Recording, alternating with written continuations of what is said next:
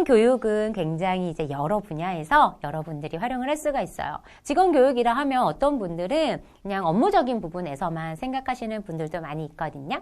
근데 당연히 업무적인 부분은 너무 당연한 거예요. 기본적인 거죠. 업무를 알지 못하면 업무 수행이 안 되죠. 근데 가끔은요, 이제 팀이 많이 있다 보면, 예를 들어서 뭐 이번에 수술팀에 새로 신규 직원이 들어왔어요. 근데 이제 여러분들이 또 다른 일을 너무 많이 바쁘게 밖에서 하는 일이 좀 많다 보면, 수술실에서 그 새로 온 직원이 배워야 되는 내용들을 뭐 수술실에 팀장이 있다거나 수술실에 기존의 직원이 있으면 그 직원한테 또 맡겨두는 경우도 있거든요. 근데 가급적이면 물론 이제 세세한 부분들은 실제로 근무하는 분들에게 인수인계를 받고 배우는 게 물론 맞지만 전체적인 큰 흐름에 있어서는 우리 실장님들이 반드시 체크를 해주셔야 됩니다. 그래서 너무 전체적으로 예를 들어서 수술실에 있는 팀장한테 김 팀장 이번에 새로운 누구누구 직원한테 인수인계 잘해주세요. 잘 가르쳐주세요. 이렇게 하고 끝내시면 안 돼요. 굉장히 세분화돼서 수술 준비를 하는데 종류가 어떤 게 필요한 거를 알 수 있게 요러한 지시사항으로 해줘야 되고 혼자서 수술 어시스트를 할 수 있을 때까지 트레이닝이 돼야 되고 이런 걸 세세하게 여러분께서 말씀을 해주셔야 되고 그중에도 부족한 것이 있다라고 하면 이제 우리 실장님들이 나서서 업무적인 교육까지도 같이 해주셔야 되는 경우가 있습니다. 그래서 업무적인 부분에 대해 중요한 건 그 사람이 이제 어떤 파트에 일하느냐에 따라서 그 사람의 맞는 파트에 맞는 업무적인 교육도 물론 들어가지만 또 전반적인 부분들이 있어요. 예를 들면 우리가 근무할 때 어떤 태도로 근무를 하는 게 좋다. 몇 시까지 우리가 와야 되고 어떤 준비를 미리 해야 된다. 우리가 병원에 근무를 하면서 오갈 때의 모습과 병원에 왔을 때 직업인으로서의 모습은 좀 달라져야 된다. 이런 말하자면 제가 여러분에게 하는 잔소리죠. 이런 것들을 우리 실장님들이 정확하게 숙지를 하고 정확하게 지키는 상태에서 어떻게 해요?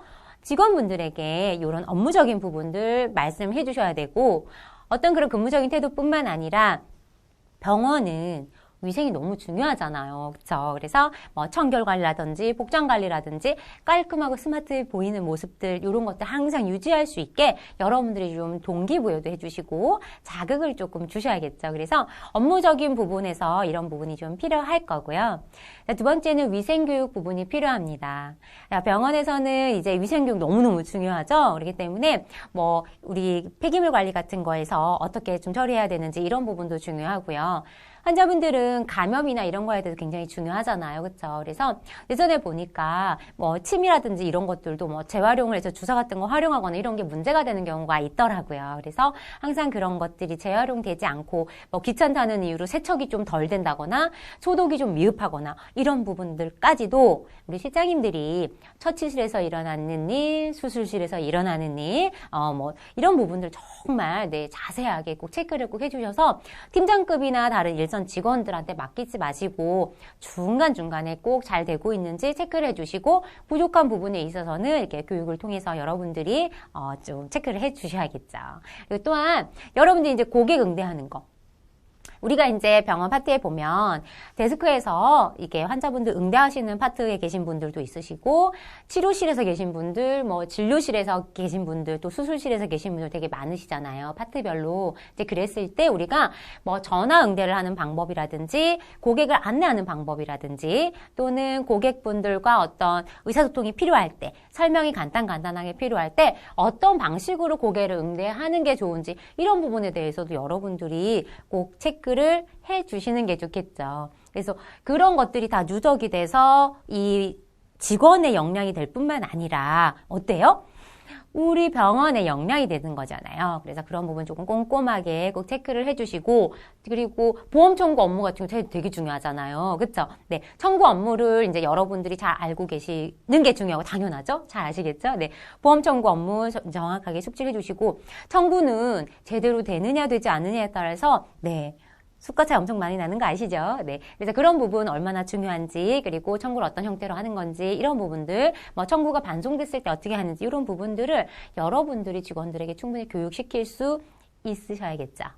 자, 이제 보통 보면 이제 직원 교육이다 하면 이런 업무적인 부분들 보통 이제 기본으로 가는데 저는 사실은 약간 요 부분도 중요한 것 같아요. 이게 뭐냐면 개인적인 예전에 우리가 상담실장의 역할에 대해서 이야기를 할 때요. 네, 멘토의 역할을 하면 좋겠다라고 제가 말씀을 드렸는데 혹시 기억하시나요? 네. 상담실장으로 근무를 하다 보면 이제 직원들이 고민이 있을 때 뭐 개인적인 고민일 수도 있고 업무적인 고민일 수도 있고 미래 진로에 대한 문제일 수도 있는데요. 여러 가지 상담을 요청이 오는 경우가 있습니다. 여러분들이요. 이런 요청이 있을 때 어떻게 응대가 되느냐에 따라서 직원들이 여러분에 대한 신뢰도 차이가 굉장히 큽니다.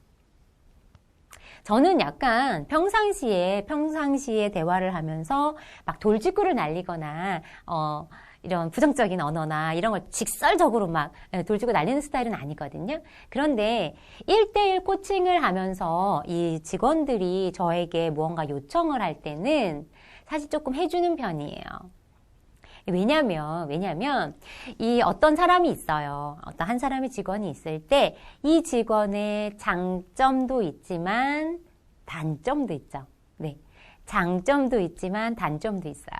그래서 이 직원이 가진 장점과 단점을 어떻게 잘 살려주느냐가 너무 중요하거든요. 그래서 여러분들이 직원들 코칭할 때 이런 것들도 직원 교육의 하나로 생각을 하셔서 이 직원이 뭐 김주인 같은 경우는 요런 장점이 있는데 요런 건 좀 단점인 것 같아. 그래서 장점을 살려주고 단점 요런 것만 보완하면 훨씬 좋을 것 같아. 이런 이야기들 해주잖아요.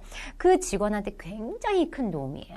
그래서 나중에 저도 사실 지금 퇴사하고 나서도 저한테 연락을 오는 친구들이 있으면 너무 반갑고 좋고 제가 무언가 또 더 해줄 게 없을까 네, 이런 고민을 많이 하는데 마찬가지로 우리 시장님들이 그 직원들에게 이런 코칭이 들어가고 이런 멘토 역할이 되면요. 여러 가지 또 역할 중에서 굉장히 신뢰도가 있고 여러분들을 믿고 따르고 싶은 시장님이 되시거든요. 그래서 직원 교육 중에 사실 다 중요하고 네, 정말 다 필요한 거긴 하지만 또 직원들과의 어떤 1대1 관계에 있어서도 이런 부분까지 여러분들이 체크가 되신다면 굉장히 멋진 실장님이 되겠죠.